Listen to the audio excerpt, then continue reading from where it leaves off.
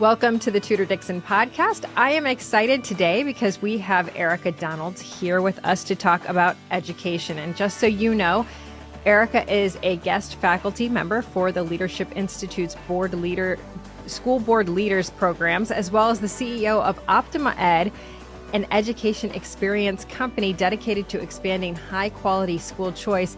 And she also happens to be married to someone that we've had on this podcast before, whose name is Congressman Byron Donalds. And together they have 3 boys, which means education is not only her professional passion, but also her personal passion. Because as a mom of 4 girls, I know what it's like to want to make sure that your kids are getting the best possible education. So Erika, welcome to the podcast. Thank you so much for having me. I'm excited to be here.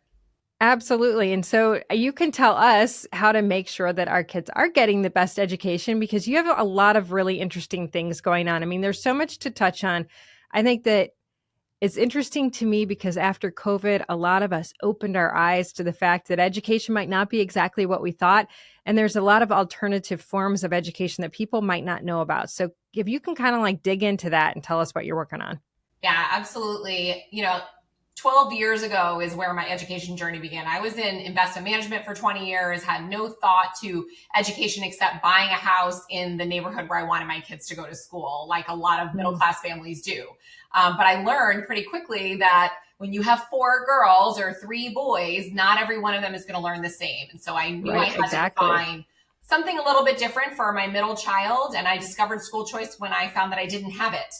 I couldn't afford some of the private schools. I paid a premium for this house, but I discovered classical education, a small private school, and that really started me on a journey of trying to make this type of education available to as many families as possible, helping to start charter schools. I served on a school board for a while, hoping to change the public school system. I gave up on that pretty quickly, started Optima Ed, where we've been able to open now starting on 6 classical charter schools, including Optima Academy Online, which is a nationwide virtual classical school, the world's first VR school, available to families everywhere, and a growing number of families tuition free.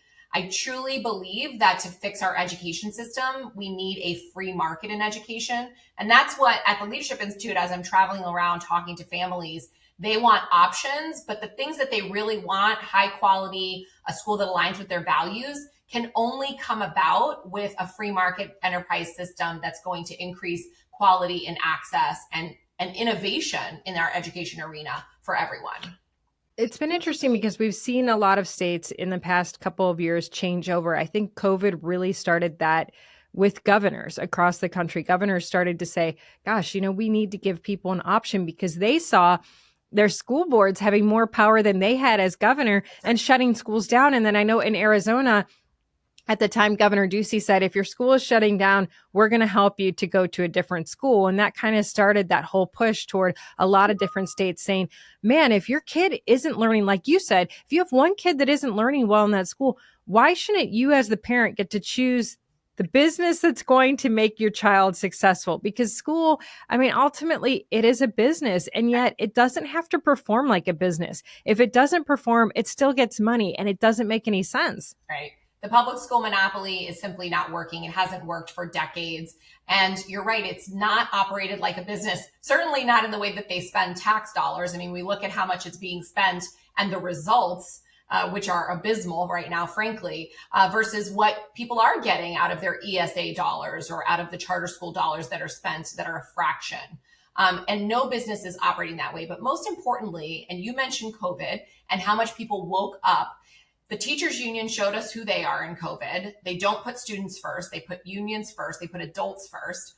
And the curtain was pulled back on the low quality curriculum and teaching and learning that's happening in our schools. Parents were outraged. I heard from many of them about the low quality of the curriculum, and they're recognizing the curriculum crisis.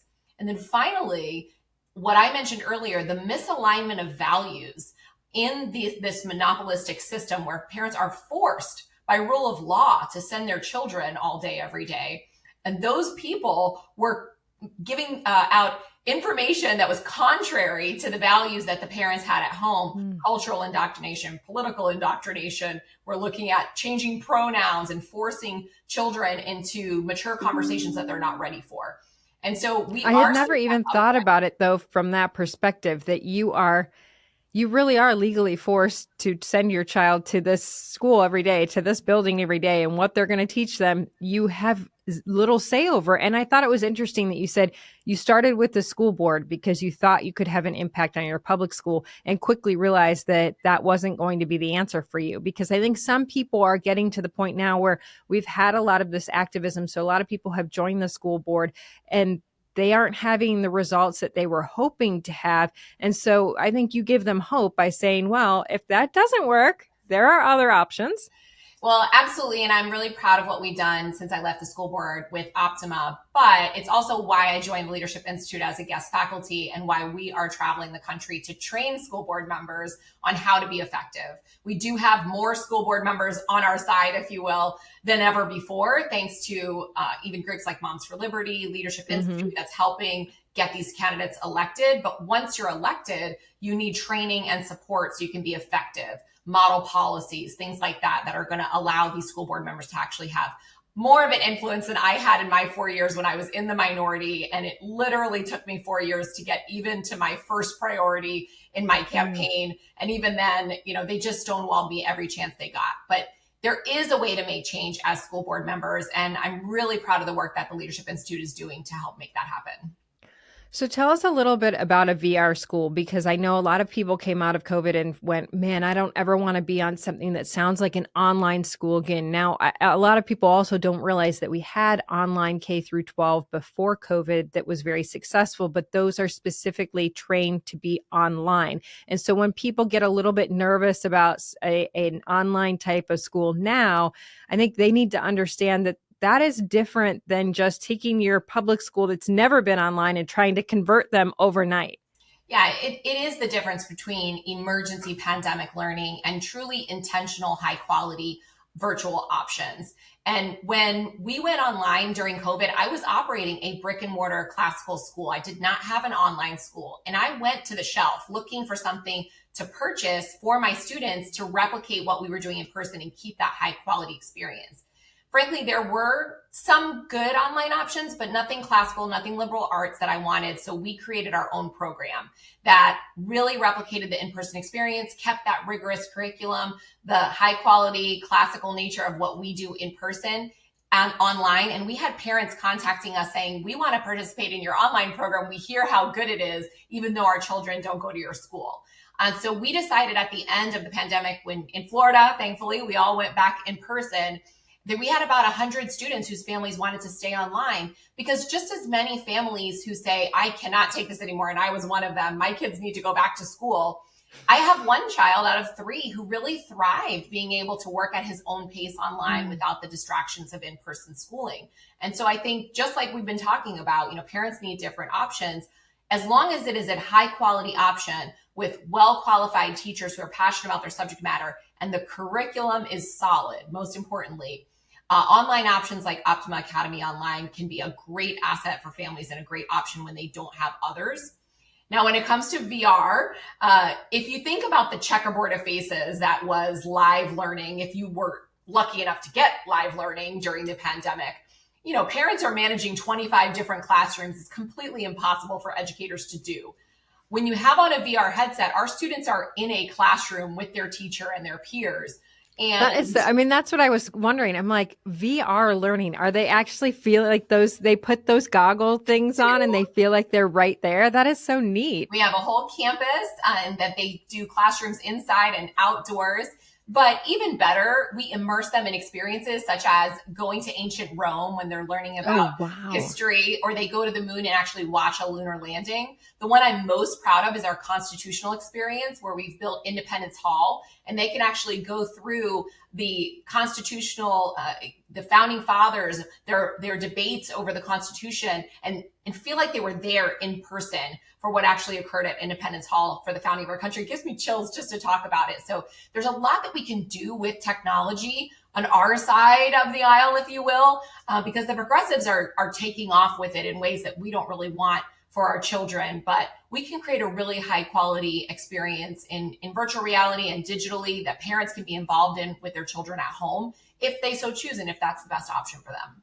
Is that available to people across the country? Is that only in your area? How does that work? We are nationwide now. We are continuing to work on being tuition free nationwide. So we are tuition free in Florida and Arizona. We are on the education savings account platforms in other states, including North Carolina, Iowa, New Hampshire.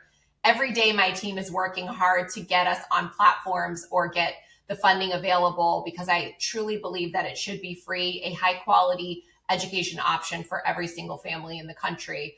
I believe so much in the classical model and in school choice that this is my way of trying to make a difference there.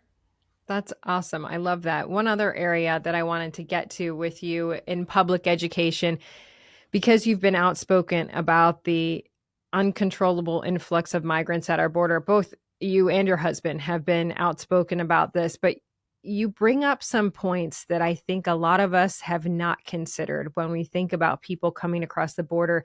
And that is that these kids are coming into schools with our students, and these children don't speak English.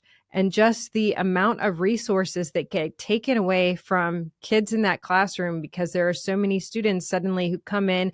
English is not their first language. They're trying to learn English. They're trying to learn what they're being taught in class. And those resources are being stretched, because how can a teacher who has never taught a student that doesn't know English, be able to really prioritize the students that are American citizens when you have all of these migrant students who are not American citizens, who are not vaccinated, I would like to point out also, and they don't speak English?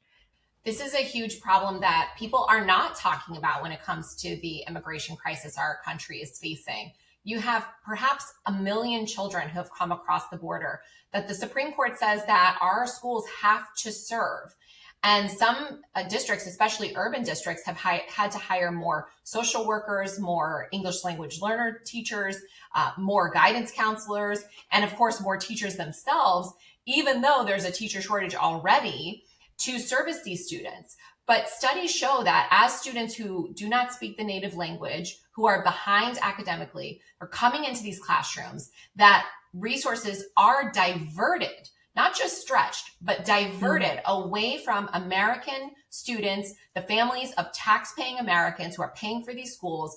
They are losing out on these precious resources in order to service those who are more behind.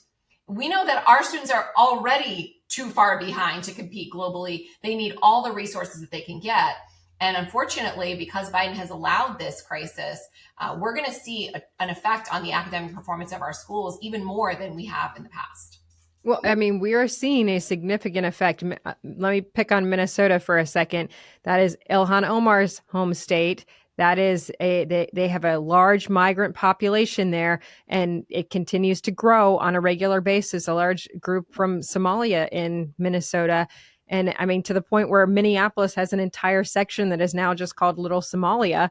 And 75 schools last year had a 0% proficiency rate in math. That is 4% of the schools there had a 0% proficiency rate in math.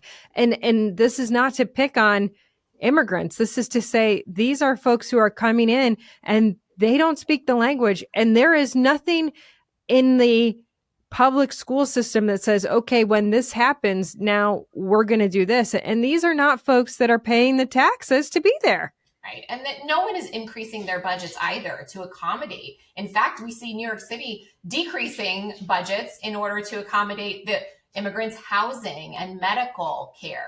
So no new information or new budget is going into the schools to accommodate the needs of these immigrants. And so not only is the teacher attention, which is the biggest resource that our students have, diverted to students who need that additional help, but resources certainly are being diverted as well. You mentioned Minnesota, in Baltimore, 40% of the high schools have zero proficiency. I mean, can you imagine sending a child into a school environment where not a single child in their entire school is reading or doing mathematics on grade level? There are But it's entire robbery schools on about so it. many levels because you are robbing these children of an education. So therefore you are robbing them of a future, and you're robbing the residents of their tax dollars. Because like I said, it's not run like a business, because a business is not allowed to fail. If a business fails, it fails. There's no safety net for a business. But these schools are run where they're not held accountable to anything. In fact, they even lower scoring so that they can say, oh, actually, these kids are passing. They're not passing. Right. This is ridiculous. Yes, we saw in Portland and in that area, they eliminated the need to pass a proficiency test in order to graduate high school.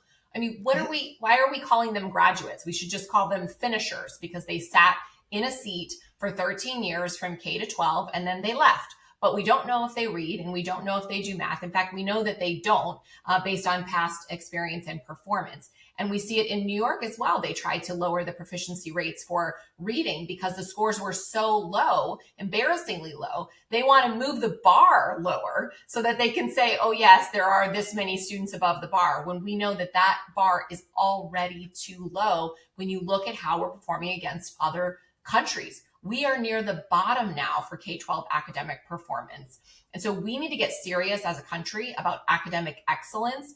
We need both our leaders at the federal level and at state levels across the country to make this a priority. But most importantly, as you and I both know, the thing that really changes things is when parents continue to rise up and demand options, demand accountability and transparency by their local schools and by their state governments. That's really the thing that starts the change. But wouldn't it be great if we had leaders across our country who actually made this into a priority instead of making excuses for the teachers' unions? Well, absolutely. How much of this, though, is also if we had leaders that would stop the influx? I mean, we're looking at 10% of our students now not speaking English, 10% speaking another language and learning English while they are in the classroom. And now we're seeing historically, it's been mostly Spanish, but now we're seeing Russian, Ukrainian, Arabic, all of these kids coming in from other countries not speaking English. This, to me, as we see the world at war, as we see more anti-Semitism rise in our universities, and we saw just what we saw last week with the presidents of the universities refusing to say that calling for genocide is harassment. I mean, just a harassment, that this is against the code of conduct. That's all they had to say. Yeah, you can't call for the murder of an entire group of people. And they were like, well, depends on the context of genocide. It's like, what? That word means one thing. There's a context in the word. It was so shocking to watch them say that with a straight face. And then when Congresswoman Stefanik kept asking them again and again, hoping that they would click and give the opportunity to say, no, we actually don't want our students calling for genocide of Jews on our campuses. They refused to say it until after they talked to their crisis management teams back home, right? And now they're trying to save their jobs, but every single one of them should resign. I'm so glad that they were exposed, but this has been going on at our college campuses for so long. And now, frankly, it is infiltrating our K-12 schools as well, because it's coming through the teachers' colleges, right? That mindset that we saw on full display in Congress this week with those university presidents, that's what's being taught in our teachers' colleges. And those teachers are in our K-12 schools. And regardless of what these laws are at the state level saying you can't say this and you can't say that, no one is in those classrooms to hold those teachers accountable. And nothing makes the case for school choice more than that, if you're, in my opinion. Well, I will say, with the university, I talked to a gentleman just a couple of days ago. This totally, I guess it put it in a different perspective for me, because we keep hearing about Asian discrimination on college campuses, and that Asian students have been, even though they have the highest grades, they're not getting the places at our Ivy League universities. And he said, I look at my son, and he was Indian American. He said, I look at my son, and in the time that he was in high school, I started up a new tech company. He said he worked twice as hard as I did. He gave up all of his time with his friends. He was busting his butt on a regular basis just to get in, and he squeaked in. And when he got there, he said there were kids that hardly had to work at all, but because they were under the label of people of color, they got into Stanford. And he said, he called me and he said, Dad, there are dorms that I'm not allowed to go in because I'm not a person of color. And he said, this is driving these young people for the first time away from liberalism. He said, I am a liberal, but I've been driven away from this, because he said, I cannot believe how horribly my son has been discriminated against. He said, my niece her life goal was to get to Harvard. And he said she entered Harvard as a trans man and was welcomed into Harvard, did all of the work, wrote the essay, I'm a trans man. He said on day one, she was in trans studies as a trans man. And on day two, she was in computer science as herself. And he said, and the reason she did that was because if they're going to mess with her this way, even though she's the best qualified, she's going to play the game. And I was like, man, it's so sad that is where we are. But it's very interesting to me that young people have started to say, I have to do something to hide who I am to get where I deserve to be. That's pretty sad. And not hide who I am as a bad person, hide the bad things I've done in my past. I mean, we can all hide my ethnicity. No, but hide who I am from my ethnicity, from my history, from my just normal sexuality, like all of these crazy things, because you have to be countercultural, you have to be different, you have to be, liberal in many cases in order to be appealing to these opportunities that every student should have based on their merits and their hard work and their intelligence. It's so sad that the country that we live in, America, this meritocracy, has turned into this, and we really cannot let it go. We can't let this happen. And I think that the fight is in our people, right? The fight is in parents who see this, the same ones that you just heard from. It's not left or right even. People on both sides of the aisle are seeing this idiocy, seeing the anti-Semitism on display, seeing the hypocrisy and frankly the racism that is taking place. And I think we're going to continue to see an uprising against it. We're going to see it in next year's election, I believe, and I would predict. And I'm really happy to see that, but it is horrifying to see where we are in many ways. It is. In fact, when we had your husband on, Congressman Byron Donalds, he was talking about the fact that liberals you have experienced racism being in an interracial marriage from liberals. Oh, how bizarre is that? Far more than any time in our history. We met in college at Florida State University. So we've been together about 23 years now. And even in what I would call sort of the deep South in Tallahassee, Florida, North Florida, all the way to Naples when we moved here, which was very white and, very much older population, we did not experience racism in the way that we do today with him as a Republican congressman. You should see some of the comments and memes and things that people put out there are absolutely despicable, but it doesn't come from the right. It doesn't even come from older generations that you might think have some antiquated viewpoints. It's absolutely coming from just, if they were all in one category, it would be the liberal left. That is so crazy to think, but that racism seems to be the new norm in the political arena on the left. And I was thinking about this earlier today. I'm like, gosh, for years, they have been calling us the racists and the anti-Semites, and man, have they been exposed in the past few months.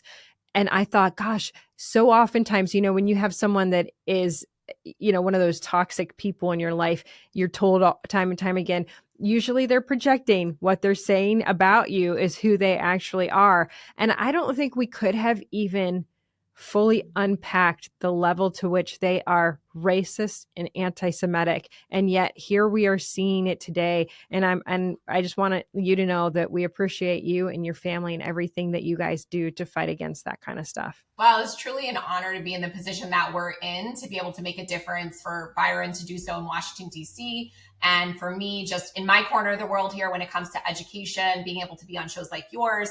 Appreciate what you do to give this a platform and talk about these important issues. And I think it empowers other people to be courageous, to step out, whether it means running for office or just being an activist and speaking to your friends and neighbors about the things that are important. I think you find a lot more synergy regardless of what side of the aisle you think they sit on, because this is just common sense stuff and we're going to lose our country otherwise. So I just encourage everyone to be courageous, stand for what you believe in, and don't be afraid to talk to people about it. It's so true. We've been talking about this so much lately, just about don't put all your faith even in government. I mean, we've never put our faith in government. It is about you. And you can join government and have an impact that way. But if you choose not to, in a capitalist society, you have a lot of power. Your dollar has a lot of power. And so you can stop. I mean, we were just talking about Disney the other day and all of these actors that are in the Marvel movies who have come out against Republicans. And I'm like, it's not even that they have this woke content and what they're doing. It's that these people who we go to because they're professional entertainers, I mean, that's their job. Right. Then they go out and they say terrible things about us. If you say something terrible about me, I don't really want to pay to have you entertain me, which is your professional job.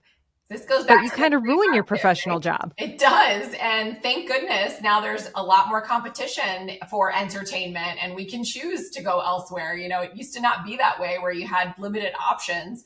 And now you've got some amazing Christian organizations developing movies. You've got Dinesh D'Souza doing great things with his production and others. So we finally have more of a less monopolistic market when it comes to entertainment, and we can vote with our feet. And I can only hope that continues to happen in education, and we see the same free market impact where people can vote with their feet when things do not align with their values or the quality that they expect. And that's what we're hoping for in Florida with the universal ESAs. I know it's happening in Arizona now as well, and we've only just begun. That's something that we've also been talking about with anytime government gets involved in something, it doesn't seem to be successful. So whether it's the VA and helping veterans who are wounded or suffering from PTSD, or education, it seems like it's we the people who do it better. So I appreciate what you do every single day. Tell our audience again how they can look up your schools and understand a little more about it. Right. We're optimaed.com. And if you're looking nationwide for the online program, it's optimaacademy.online. And you can sign up there, find out if you qualify for tuition-free option, optimaacademy.online. And of course, the Leadership Institute, if you are looking to become an activist or run for school board, or if you're an existing school board member that wants training, Leadership Institute is where you want to go to sign up for our services there. Wonderful. Erika Donalds, thank you so much for being on. Thank you so much for having me. It was great.